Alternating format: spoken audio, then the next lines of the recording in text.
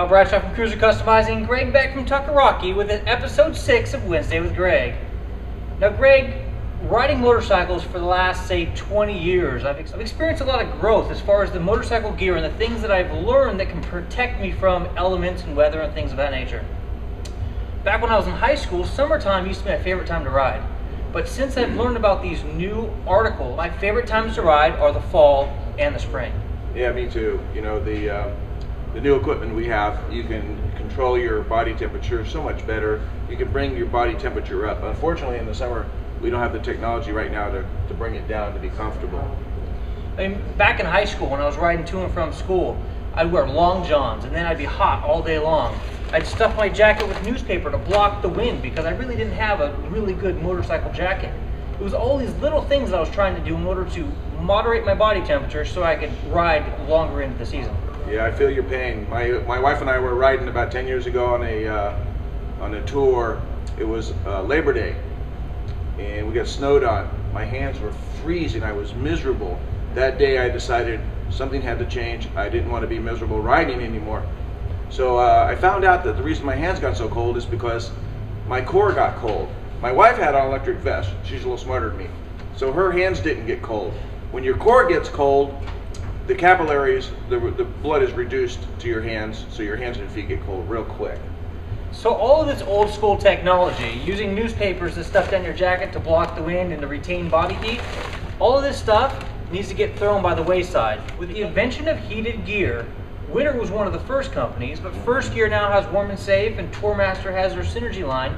Heated gear is extremely affordable, and not only does it protect you from the elements, it allows you to regulate your temperature so you're always at the perfect temperature. Yeah, you know, you can almost throw away your jacket liner if your jacket came with one, because this would become your liner. You plug it into a battery tender lead, you plug in the regulator, plug it in, good to go. Now, if you really think you're going to get cold, you can get the gloves.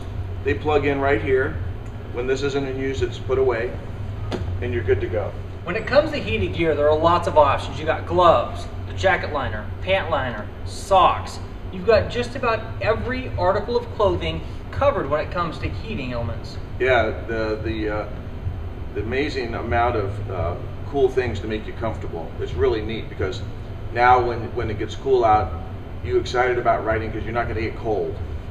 Now another thing that really helps me is during the rainy season or when it's extremely cold, some sort of neck gaiter or balaclava is awesome. It's a great way to seal that gap between the top of your jacket and the bottom of your helmet. A tip, take a balaclava or a neck gaiter, put it in your pocket on your jacket and leave it there.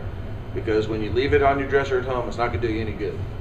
Good tip. I know, I've been there. So when it comes to the jacket liners, there's usually two different types. You got the 90 watt and the 65 watt.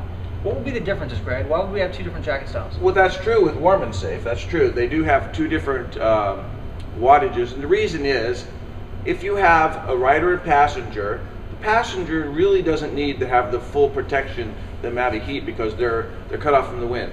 But also, some motorcycles, their charging systems aren't up to the capability to run two 90 watters.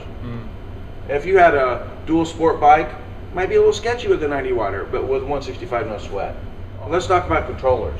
All right. The heat controllers come in the First Gear, come in different ways, I guess you'd say. This is a double controller if you wanted to run the gloves independent of the liner. Now in my case, my girlfriend on the back rides at a different temperature than I ride at. So I usually ride at a cooler temperature and she likes hers cranked up. So we jump on the bike, we've got the dual controller, and we run her jacket and gloves to one and my jacket and gloves to the other. Yeah, you do need a heat controller for each individual person, that's true. You don't want to run two different people on a controller. So heat controller is definitely necessary if you're getting the Warm and Safe. When the weather gets cool, best time to ride. The invention of electric heated gear has allowed us to be able to extend our riding season into the cold months when we don't have snow, rain, and ice. Yeah, and be comfortable doing it.